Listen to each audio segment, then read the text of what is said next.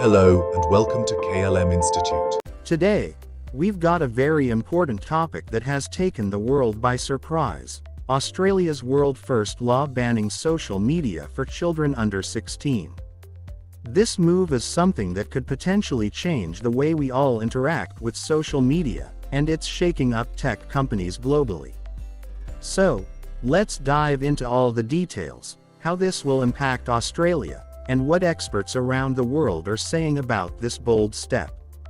Australia's parliament passed a law late last month that officially bans children under the age of 16 from using social media platforms. The ban is now in effect, but the government has yet to set a specific date when it will take full force. What's important here is that tech companies, like Facebook, Instagram, Snapchat, TikTok, X, formerly Twitter, and Reddit, are now required to take reasonable steps to ensure that underage users are kept off their platforms. If these companies fail to enforce this law, they could face hefty fines of up to 50 million Australian dollars, which is roughly 32 million US dollars. This is huge and one of the toughest responses globally to the growing concerns around children's safety online. Now, let's talk about why this is so significant. We've all seen the reports. Bullying, peer pressure, online predators, and anxiety related to social media are just some of the dangers kids face. Prime Minister Anthony Albanese made it clear that this law is a way for the government to protect children. He pointed out that platforms like social media have become a breeding ground for cyberbullying, scams, and even worse, tools for predators targeting vulnerable kids. This legislation sends a strong message that children's safety online needs to be prioritized by these tech giants. But, like any major move, it hasn't been without its critics. Some people believe that this ban could push young people further into isolation or even make them more vulnerable to the dangers they're trying to escape. Greens Senator Sarah Hanson-Young argued that instead of banning kids from social media, the government should focus on making these platforms safer for everyone. This has sparked a lot of debate across Australia and the world, as opinions on how to protect children online differ widely. The legislation wasn't passed without controversy. In fact, the bill was introduced, debated, and passed in less than a week, which raised concerns about the rushed process. The government only allowed 24 hours for submissions to a Senate committee before holding a brief hearing.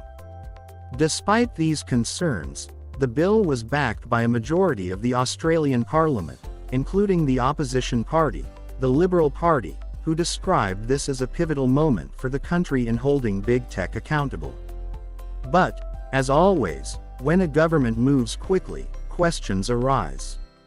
Some experts are concerned that this rushed process might have left out important considerations, especially regarding how age verification will be implemented.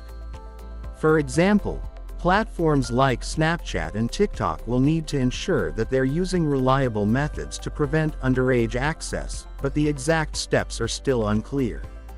Speaking of these platforms, here are some eye-opening statistics. Facebook, with over 2.9 billion monthly active users worldwide, remains the largest social media platform. Instagram has about 2.4 billion users, while Twitter, now X, has around 400 million. WeChat and Telegram, primarily popular in China and other parts of Asia, have 1.3 billion and 700 million active users, respectively. LinkedIn, which is mostly professional, has around 900 million users globally. But let's narrow it down. How many of these users are aged between 10 and 16? For Facebook, the number of users in this age group is significant, with many kids using the platform, despite age restrictions. Instagram, being a visually driven platform, also has a large number of younger users, though Instagram has made moves to introduce features like a kids mode.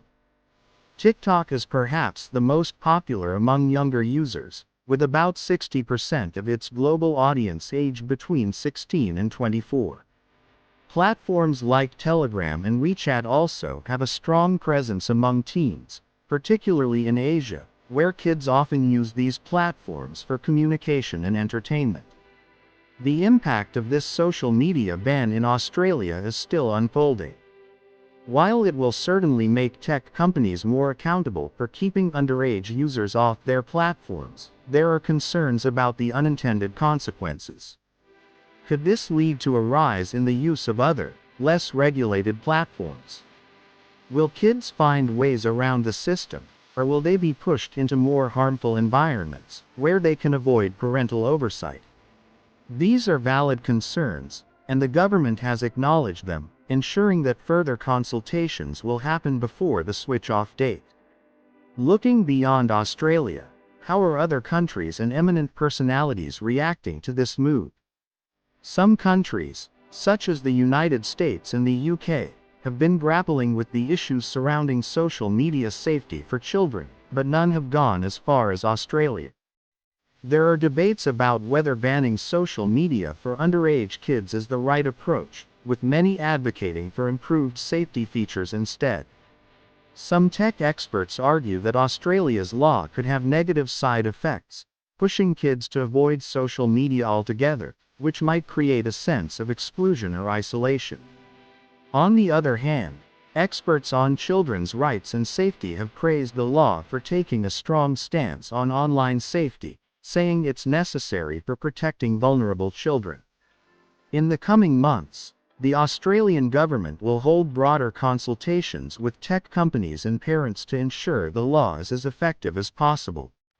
They will also be determining the exact date when the ban will take effect, which could significantly alter the digital landscape for children in Australia. What do you think about this move? Is banning social media for kids the solution, or is it a step too far? Let us know your thoughts in the comments below. The law has sparked an important global debate, and it's definitely something to keep an eye on as other countries may follow suit. Thanks for tuning into KLM Institute today. We'll continue to bring you the latest updates, so don't forget to subscribe for more stories on technology, social media, and everything in between. Stay safe online, and we'll see you in the next video.